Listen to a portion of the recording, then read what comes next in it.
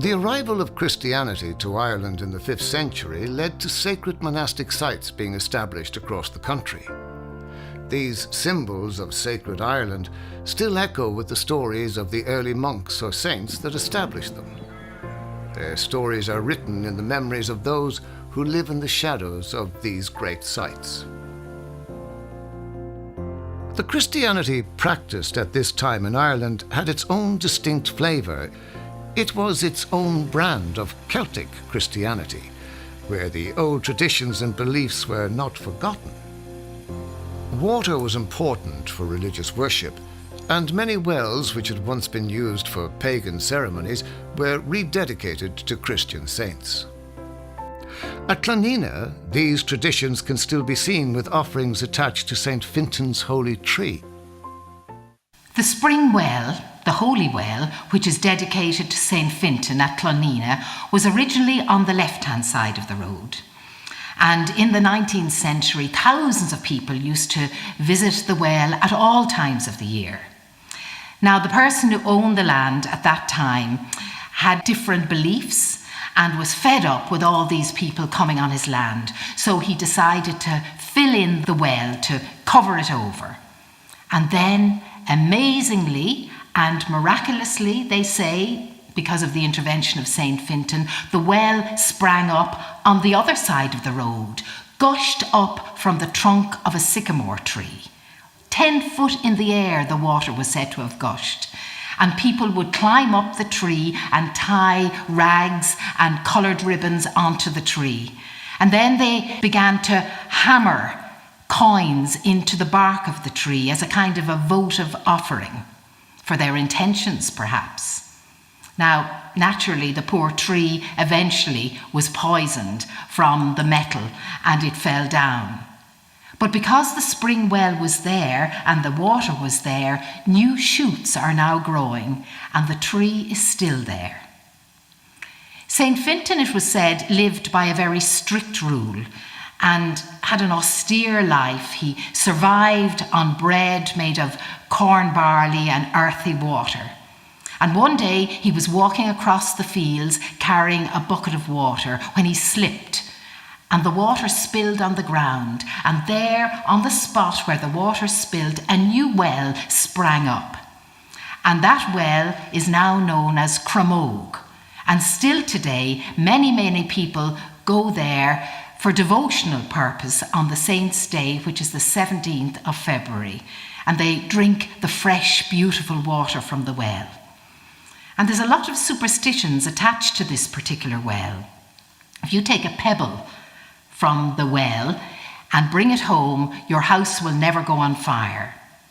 And there was an RAF pilot who lived close by, and he fought in the war, but he never went without a bag of pebbles from the well in the cockpit of his plane, and he was never shot down.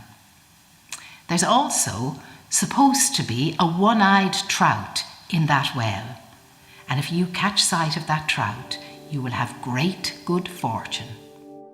At Timahoe, a monastery was founded by St. Macua, an old warrior who had taken religious vows. Stories of St. Macua are still kept alive in the area today.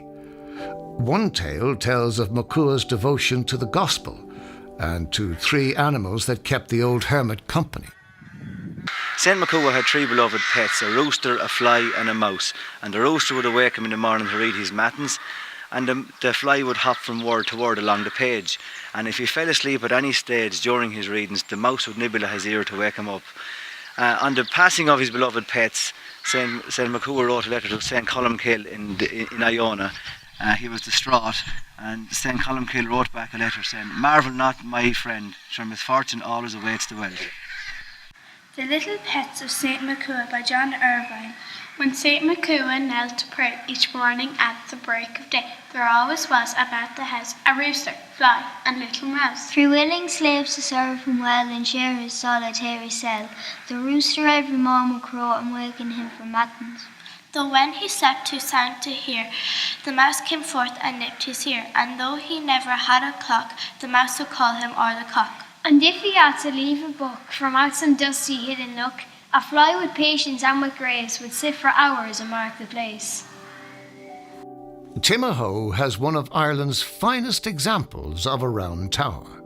Soaring to the sky, these uniquely Irish structures were built as bell houses and were an obvious display of the monastery's wealth and importance. It stands at 96 foot high, and it's considered generally to be one of the best preserved round towers in Ireland. The doorway of Timahoe's round tower is decorated in the Romanesque style, a new form of European architecture that came to Ireland during the 12th century. One of the most striking examples of this elaborate architecture can be seen in the beautifully decorated doorway of Kileshin Church. This church was an ostentatious display of wealth by its patron, Dermot MacMurrough, the King of Leinster. A prayer in his honour is inscribed into the doorway of the church. Dermot MacMurrough is remembered as the man who invited the Normans to Ireland. They brought many changes to the Irish Church and established monasteries of the new continental orders like the Augustinians, Cistercians, and Dominicans. An important Dominican abbey was established at Aherbow on the site of an old Irish monastery. One of the abbots of Aherbow was St. Fergal, who was also known as Virgilius. He was renowned for his scholarship and knowledge of geography, and was appointed Bishop of Salzburg, where he is still venerated in the cathedral to this day. The link between Aherbow and Salzburg is still strong.